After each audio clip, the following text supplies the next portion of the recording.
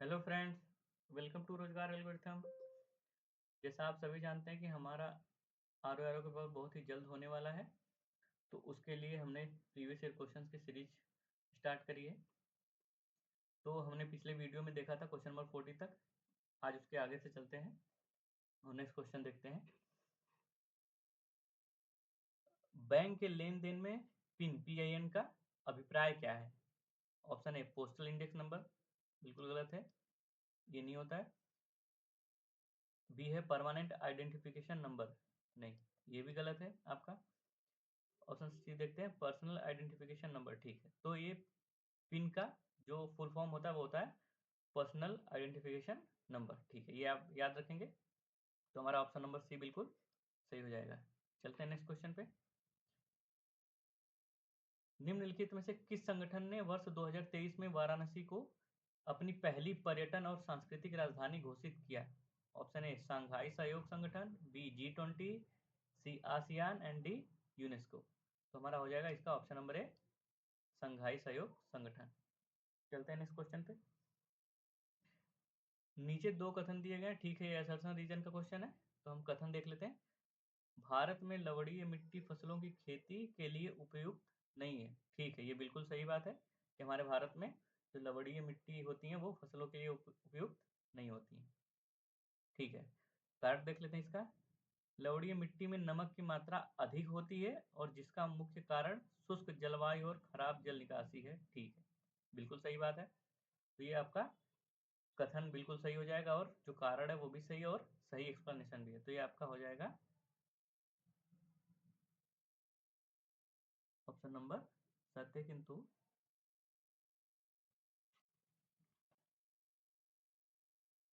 ये हमारा डी, ए और आर दोनों सत्य हैं और आर एक ही सही व्याख्या करते हैं, ठीक है।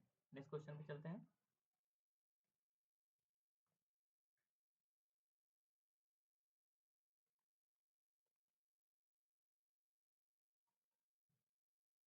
बुरहान उल मुल्क शहादत खान के संदर्भ में निम्नलिखित कथन कथनों में से कौन सा सही है, ठीक है। पहला कथन हम देख लेते हैं। अवध के स्वतंत्र राज्य का संस्थापक शहादत खान था।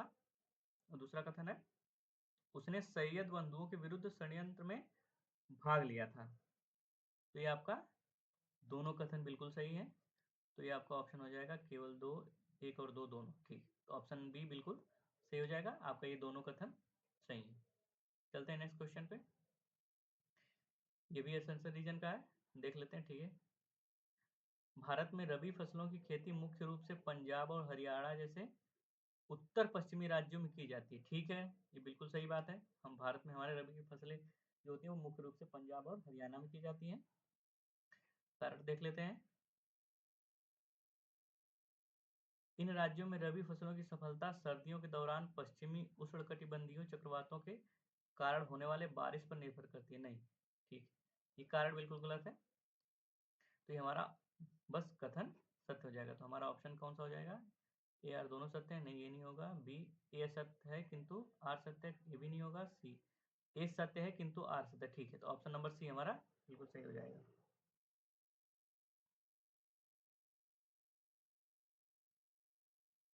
ठीक है, चलते हैं नेक्स्ट क्वेश्चन पे। रूस में कुछ कुजबास क्षेत्र के संदर्भ में निम्नलिखित में से कौन सा कथन सही है, ठीक है। यह क्षेत्र कोयला और लौह अयस्क में समृद्ध है, ठीक है। और दूसरा कथन हमारा नोवोसिविर्स्क इस क्षेत्र का एक महत्वपूर्ण औद्योगिक केंद्र है, ठीक है। ये हमारा हो जाएगा, यह क्षेत्र कोयला और लौह अयस्क में समृद्ध है, ठीक है, ये बिल्कुल सही बात है। कथन एक बिल्कुल सही है और इसका ये कथन दो गलत हो जाएगा, तो हमारा ऑप्शन हो जाएगा ऑप्शन नंबर सी, केवल एक सही है, ठीक है। चलते हैं नेक्स्ट क्वेश्चन पे। ये भी एसेशन रीजन का क्वेश्चन है, तो हम कथन पढ़ लेते हैं। अक्टूबर 1940 में गांधी जी ने कुछ चुने हुए लोगों के द्वारा सीमित सत्याग्रह का आह्वान किया, ठीक है, ये बिल्कुल सही बात है हमारा कि अक्टूबर 1940 में गांधी जी ने कुछ चुने हुए लोगों द्वारा सीमित सत्याग्रह का आह्वान किया था। तो ये कारण पढ़ लेते हैं। यह सत्याग्रह इसलिए सीमित रखा गया ताकि ब्रिटेन के युद्ध प्रयासों को ठेस पहुंचे। नहीं, इस सत्याग्रह का युद्ध प्रयासों से कोई रिलेशन नहीं था, ये बस सरकार पे दबाव बनाने के लिए ये सत्याग्रह किया गया था। तो ये हमारा जो कारण है वो बिल्कुल गलत हो जाएगा। तो हमारा ये ऑप्शन हो जाएगा ऑप्शन नंबर बी, ए सत्य है किंतु आर असत्य है। चलिए नेक्स्ट क्वेश्चन पे चलते हैं। विपिन चंद्रपाल के संदर्भ में कौन सा कथन सत्य है? वह ब्रह्म समाजी नेता तथा समाज सुधारक थे। दूसरा है न्यू इंडियन नाम की साप्ताहिक पत्रिका प्रकाशित किया। ठीक है, तो ये कथन दो तो बिल्कुल ही सही है कि उन्होंने न्यू इंडिया नाम की साप्ताहिक पत्रिका प्रकाशित किया था। और ये वह ब्रह्म समाजी नेता तथा समाज सुधारक थे। नहीं, वह ब्रह्म समाजी नेता नहीं थे, वह स्वतंत्रता संग्राम में राष्ट्रीय कांग्रेस के उग्रवादी गुट से जुड़े हुए थे। तो इस वजह से कथन हमारा एक बिल्कुल ही गलत हो जाएगा। तो इसमें हमारा ऑप्शन हो जाएगा ऑप्शन नंबर सी, केवल 2। ठीक, नेक्स्ट क्वेश्चन पे चलते हैं। सूची 1 को सूची 2 से मिलान करना है। ठीक है, हमारा सूची 1 में दिया है तेल शोधनशाला, बरौनी, बोगाईगांव, बीना, कोयली। और सूची 2 में हमारा क्या दिया है? राज्य दिया असम, बिहार, गुजरात, मध्य प्रदेश। ठीक है, चलिए हम देखते हैं। तो हमारा बरौनी, बरौनी हो जाएगा, बरौनी आपके बिहार में है, तो ये बिहार से मिल गया। आपका बोगाईगांव, बोगाईगांव आपका है ये असम में। ठीक है, आपका सी बीना, बीना हो जाएगा आपका मध्य प्रदेश में, और कोयली हो जाएगा गुजरात में। तो हमारा क्या हो गया? A2B1, A2 इसमें है। ठीक है, B4 ये नहीं होगा, A3 ये भी नहीं होगा, ये भी नहीं होगा। A1 हमारा क्या था? A2 था ना, ये भी नहीं होगा, बचा हमारा ये A2B1C4। ठीक, बिल्कुल सही। तो हमारा ऑप्शन नंबर डी बिल्कुल सही है। चलिए नेक्स्ट क्वेश्चन पे चलते हैं। ठीक है, ये मैथ्स का क्वेश्चन है। यदि A/H प्लस Y/B = 1 और B/Y प्लस Z/C = 1, तो H/A प्लस C/Z बराबर होगा। ठीक है, तो इसको हम सिंपल तरीके से देख सकते हैं। हमारा क्या दिया है? A/H plus Y/B = 1। ठीक है, तो हम देख लेते हैं। यहाँ पे हमारा क्वेश्चन दिया है A/H प्लस Y/B। ठीक, Y/B = 1 दिया है। और हमारा क्या दिया है? B/Y plus Z/C। ठीक है, B/Y प्लस Z/C = 1 दिया है। और हमें वैल्यू किसकी निकालनी है? H/A plus C/Z। हमें वैल्यू निकालनी है H/A प्लस C/Z। ठीक है, इसकी हमें वैल्यू निकालनी है। तो अब देख सकते हैं यहाँ क्या है? A/H इस इक्वेशन दिया, हमें निकालना है H/A। तो हम इस इक्वेशन से हम पहले H/A निकालेंगे। तो हमारा H/A क्या हो जाएगा? H/A हो जाएगा हमारा 1 माइनस Y/B, और इसको आगे फर्दर सॉल्व करेंगे तो ये हो जाएगा B माइनस Y/B। ठीक है, ये हमारा इक्वेशन फर्स्ट हो गया। और दूसरा क्या दिया हमारा? B/Y plus Z/C = 1। तो हमें इसमें C/Z निकालना है। तो पहले Z/C निकालते हैं, फिर ये हमारा। ठीक है, इसको फर्दर हमें वैल्यू निकालनी है।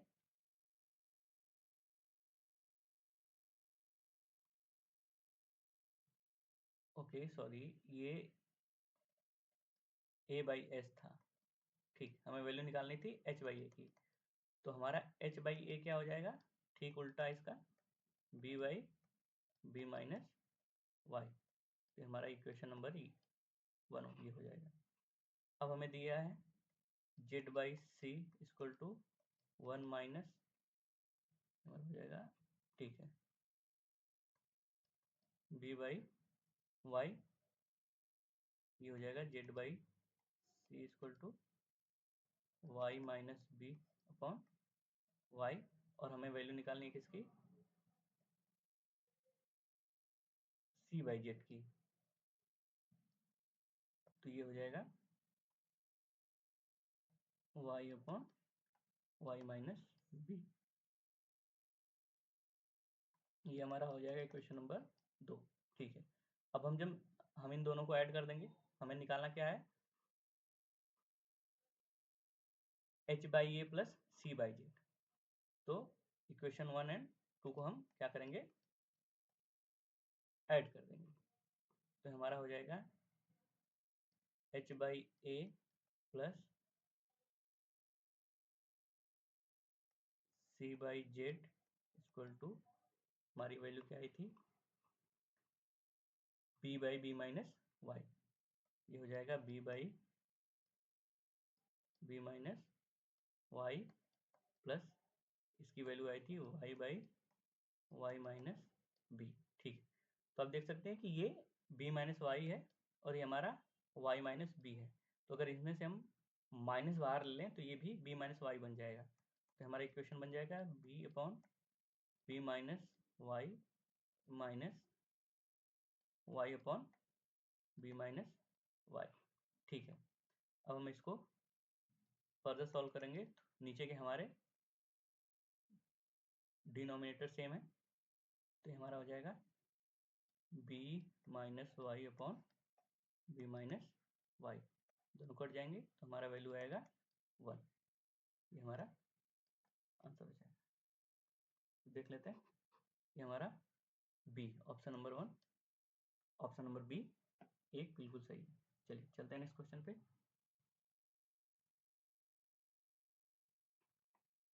नंदिनी कृषक समृद्धि योजना के संदर्भ में निम्नलिखित कथनों पर विचार कीजिए। इस योजना में केवल साहिवाल, गिर, थार पारकर एवं गंगा तीरी प्रजाति की दुधारू गायें ही सम्मिलित की गई हैं।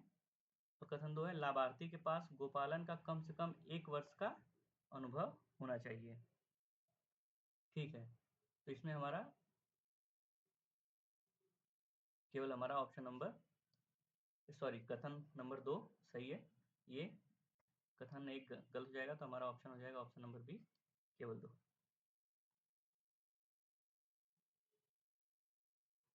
चलिए नेक्स्ट क्वेश्चन पे चलते हैं। एक सिल्क यारा सुरंग में 200 वाट क्षमता के 15 बल्ब लगातार 24 घंटे तक रोशन किए जाते हैं, तो बिजली की खपत कितनी होगी। ठीक है, तो हमारा सबसे पहले तो ये जान लेंगे कि ये जो आंसर्स दिए हमारे यूनिट में है, तो यूनिट का मतलब हमारा होता है किलोवाट घंटा। ठीक है, तो ये आप ध्यान रखिएगा क्योंकि आगे जरूरत पड़ेगा, क्योंकि हमारा देखिए जो ये वैल्यू दिया है वो वॉट में दिया है, तो हमें इसे किलोवाट में चेंज करना होगा, इसलिए मैं बता रहा हूँ। चलते हैं इस क्वेश्चन को देख लेते हैं हम। हमारा क्या दिया है कि ये 200 वाट का 200 वाट का बल्ब है हमारा। ठीक है, और बल्ब कितने हैं टोटल, 15 है, और कितने घंटे चलते हैं, 24 घंटे चलते हैं। ठीक है, तो हम पहले क्या करेंगे, टोटल पावर कितना लग रहा है वो निकालेंगे। तो ये हमारा हो जाएगा 200 गुणे बल्ब कितने हैं, 15, ये हमारा हो जाएगा 3000 वॉट। ठीक है, अब हमको इसको क्या करना पड़ेगा, किलो वॉट में बदलना पड़ेगा। तो ये हमारा हो जाएगा 3 किलो वॉट, क्योंकि हम जानते हैं कि 1 किलो वॉट में कितना वॉट होता है, 1000। ठीक, अब हमें क्या निकालना है कि बिजली की खपत कितनी है। तो सिंपल सा खपत निकालने के लिए हमें कुछ नहीं करना होगा, हमारा जो पावर है कितना आया 3 किलोवाट टोटल।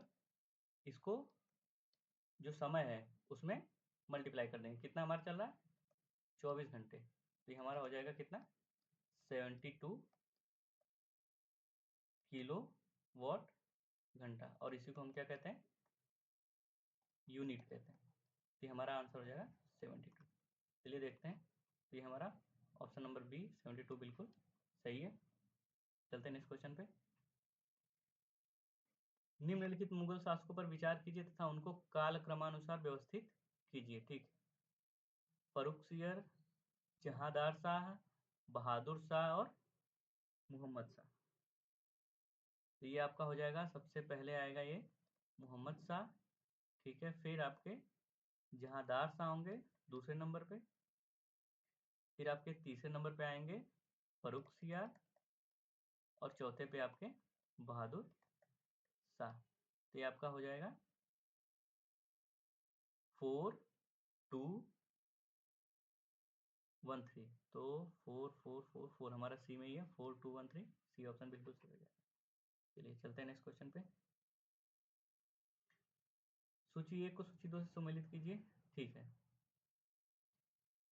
स्कंदावर्त, चालू अनुपात, अम्ल परख अनुपात, सकल विनियोजित पूंजी, और इसमें इसके फॉर्मूले दिए हैं। ठीक है, ये हमारा हो जाएगा स्कंदावर्त का, चौथे में बेची गई वस्तु की लागत बटे औसत स्कंद। हमारा जो बी है वो हो जाएगा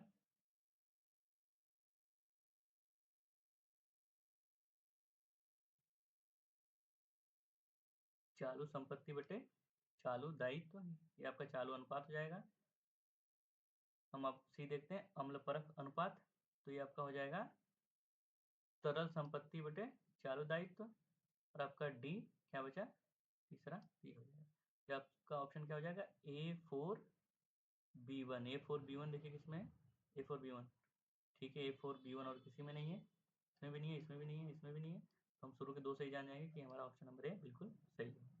ठीक है, नेक्स्ट क्वेश्चन पे चलते हैं। भारतीय संविधान की प्रस्तावना में उल्लिखित सही क्रम कौन सा है?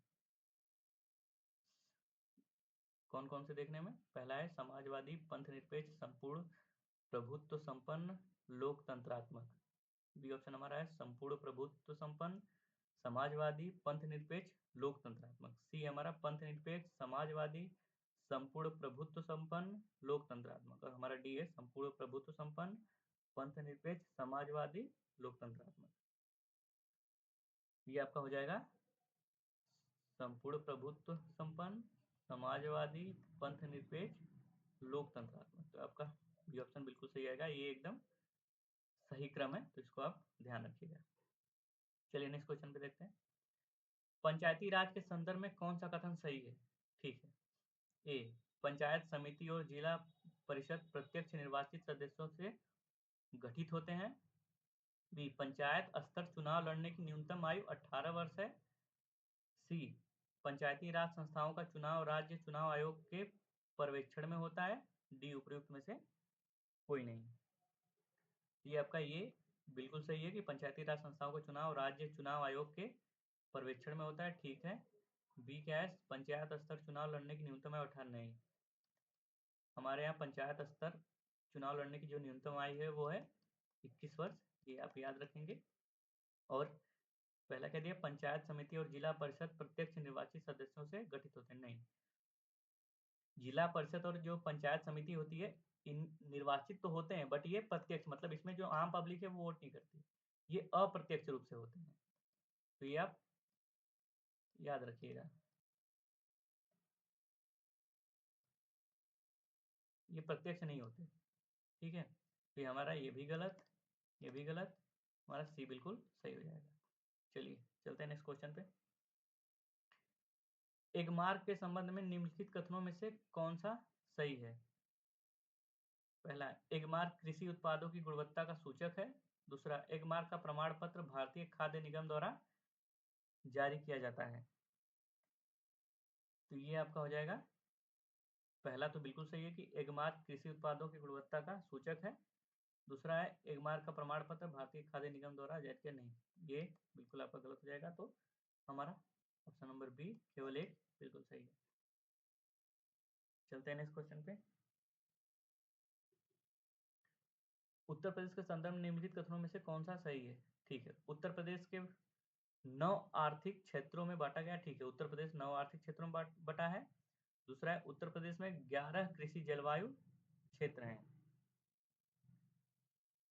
ये आपके दोनों ही कथन गलत है उत्तर प्रदेश के बारे में। तो ये हमारा क्या हो जाएगा ऑप्शन नंबर बी, न तो एक न तो दो। ठीक, चलते हैं नेक्स्ट क्वेश्चन पे। निम्नलिखित कथनों पर विचार करें। मुरादाबाद तांबे के काम के लिए प्रसिद्ध है और उसने दुनिया भर में हस्तशिल्प उद्योग में अपनी एक अलग पहचान बनाई है। दूसरा, मुरादाबाद विशेष आर्थिक क्षेत्र एसईजेड उत्तर भारत में उत्तर प्रदेश सरकार द्वारा विकसित पहला एसईजेड है। तो ये हमारा दोनों कथन बिल्कुल ही सही हो जाएंगे। तो हमारा ऑप्शन नंबर बी, एक और दो दोनों सही। चलिए चलते हैं नेक्स्ट क्वेश्चन पे।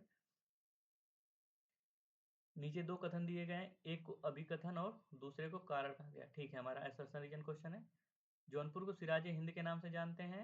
दूसरा, जौनपुर तुर्की काल में शिक्षा के महान केंद्र के रूप में था। ये हमारा बिल्कुल सही है, जौनपुर को सिराजे हिंद के नाम से जानते हैं और जौनपुर तुर्की काल में शिक्षा के महान केंद्र के रूप में था। ये भी बिल्कुल सही है और करेक्ट एक्सप्लेनेशन। तो हमारा हो जाएगा ऑप्शन नंबर बी, ए और आर दोनों सत्य हैं और आर ए का सही व्याख्या करता है। ठीक है, नेक्स्ट क्वेश्चन पे चलते हैं। निम्नलिखित में से रॉकेट किस सिद्धांत पर कार्य करता है? ए ऊर्जा संरक्षण, बी बर्नौली प्रमेय, सी गति का संरक्षण, डी अवगाद्रो की अवधारणा। तो ये हम सभी जानते हैं कि हमारे गति के संरक्षण पे कार्य करता है। चलिए चलते हैं नेक्स्ट क्वेश्चन पे। पंजाब के विलय के संबंध में निम्नलिखित में से कौन सा कथन असत्य है? 29 मार्च 1849 को गवर्नर जनरल की ओर से घोषणा हुई कि पंजाब राज्य समाप्त हो गया है। बी महाराजा दलीप सिंह के सभी प्रदेश भारतीय ब्रिटिश साम्राज्य का हिस्सा बन गए हैं। सी दलीप सिंह को 2,50,000 वार्षिक पेंशन दे दी गई। डी उपरोक्त में से कोई नहीं। ये हमारा ऑप्शन नंबर सी असत्य है, दलीप सिंह को 2,50,000 की वार्षिक पेंशन दे दी गई। चलते हैं नेक्स्ट क्वेश्चन पे। एक बोर्ड पर 5 समांतराली ऊर्ध्वाधर रेखाएं खींची गई हैं। बोर्ड पर 5 ऊर्ध्वाधर रेखाओं को काटती हुई 5 समांतराली क्षैतिज रेखाएं भी खींची गई हैं। इन्हीं दो निरंतर ऊर्ध्वाधर रेखाओं के बीच की दूरी इन्हीं दो निरंतर क्षैतिज रेखाओं के बीच की दूरी समान है। इस तरफ बनने वाले वर्गों की अधिकतम संख्या कितनी है? ठीक है, तो ये सिंपल सा क्या है कि 5 हमारी पैरेलल और I mean 5 जो है हॉरिजॉन्टल और वर्टिकल लाइंस का एक स्क्वायर बना हुआ है। तो आप अगर बनाना चाहें ये हो जाएगा हमारा 5 से वर्टिकल की ले लें लाइन, और फिर ये आप एक ये हो गई 2 3 4 और 5। ठीक, तो ये आप अगर ये भी खींचेंगे तो एक ये हो गया, 2 हो गया, ये 3 हो गया, ये 4 हो गया और ये आपका 5 हो जाएगा। तो ये आपका स्क्वायर बन गया। इसको काउंट करना है, इसके सारे स्क्वायर को काउंट करना है। तो अब जब काउंट करेंगे तो इसकी पूरी वैल्यू आएगी 30। अब काउंट कर लीजिएगा, करके देखिएगा। ये हो जाएगा हमारा ऑप्शन नंबर सी बिल्कुल सही, 30। चलते हैं नेक्स्ट क्वेश्चन पे। 69वें राष्ट्रीय फिल्म पुरस्कार 2021 के संदर्भ में कौन सा कथन सही है? ठीक है, पहला, RRR और गंगूबाई काठियावाड़ी को क्रमशः 5 और 6 राष्ट्रीय पुरस्कार मिले। दूसरा, रॉकेट्री द नंबी इफेक्ट ने सर्वश्रेष्ठ फीचर फिल्म का पुरस्कार जीता। ठीक है, तो ये हमारा RRR और गंगूबाई काठियावाड़ी को क्रमशः 5 और 6 राष्ट्रीय पुरस्कार मिले। ये आपका कथन गलत हो जाएगा। दूसरा, रॉकेटरी द नंबी इफेक्ट ने सर्वश्रेष्ठ फीचर फिल्म का पुरस्कार जीता, ये बिल्कुल सही है। तो हमारा ऑप्शन नंबर 2 बिल्कुल सही हो जाएगा। चलते हैं नेक्स्ट क्वेश्चन पे। इसरो द्वारा लॉन्च किए गए मंगलयान के संदर्भ में निम्नलिखित कथनों पर विचार कीजिए। पहला है, इसे मार्स ऑर्बिटर मिशन भी कहा जाता है। इसे नवंबर 2013 में लॉन्च किया गया था। ठीक है, ये हम देख लेते हैं। ये हमारा दोनों ही कथन बिल्कुल सही हो जाएंगे, तो हमारा ऑप्शन नंबर बी बिल्कुल सही है। चलते हैं नेक्स्ट क्वेश्चन में।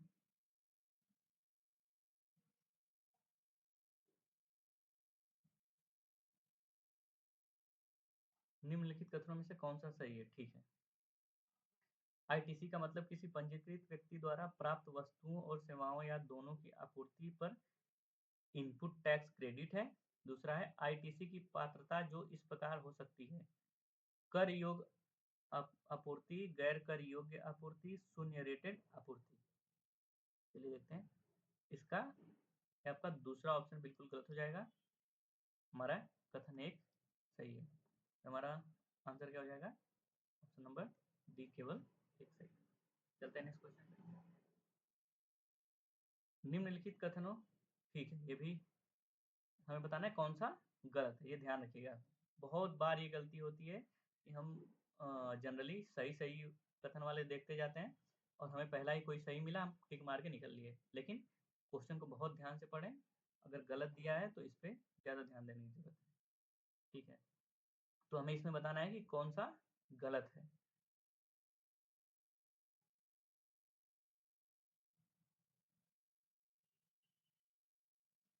मौलिक अधिकार पर संविधान का भाग 3 यूएसए के बिल ऑफ राइट्स पर आधारित है। ठीक है, ये हमारा बिल्कुल सही है। बी, संविधान के अनुच्छेद 21 के अंतर्गत मृत्यु का अधिकार मूलभूत अधिकार नहीं, हमारा बिल्कुल हो जाएगा। हमारा अनुच्छेद 21 में जीवन जीने का और स्वतंत्रता का अधिकार है, तो हमारा ऑप्शन भी गलत हो गया। भारतीय संविधान एक पूर्ण संघीय संविधान है, ये भी हमारा गलत है। हम सभी जानते हैं कि हमारा जो संविधान है वो अर्ध संघीय है।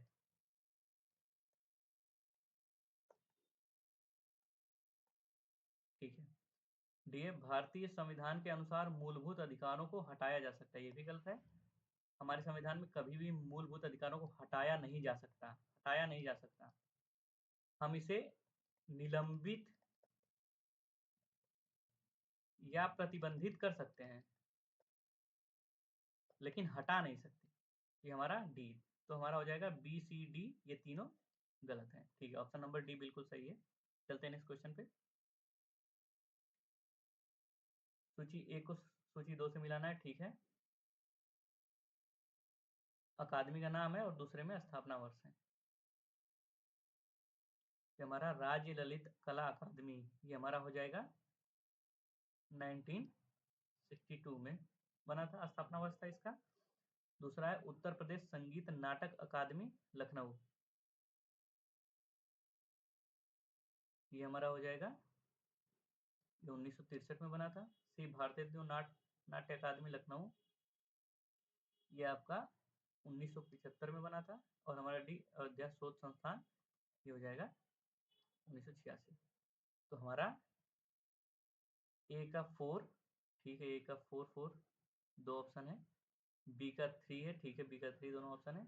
भारतीय नाटक अकादमी क्या है, इसका है 1975, तो सी का 2, ये हमारा ऑप्शन नंबर ए, सी का 2 बिल्कुल सही हो जाएगा। चलते हैं नेक्स्ट क्वेश्चन पे। ठीक है, एसेंशियल रीजन का है।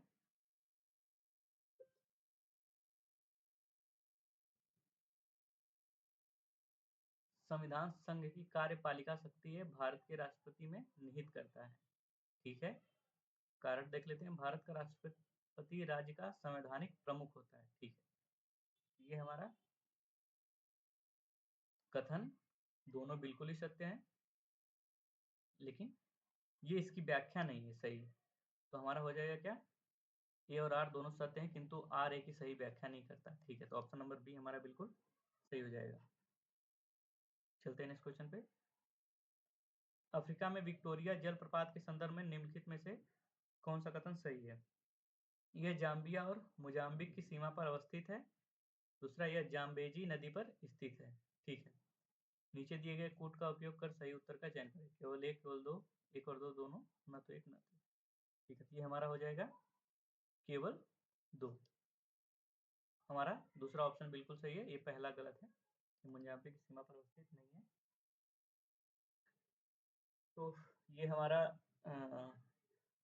इस वीडियो को यहीं पे समाप्त करते हैं और हम नेक्स्ट वीडियो में क्वेश्चन नंबर 71 से स्टार्ट करेंगे।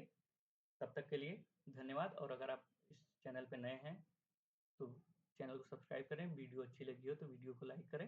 धन्यवाद।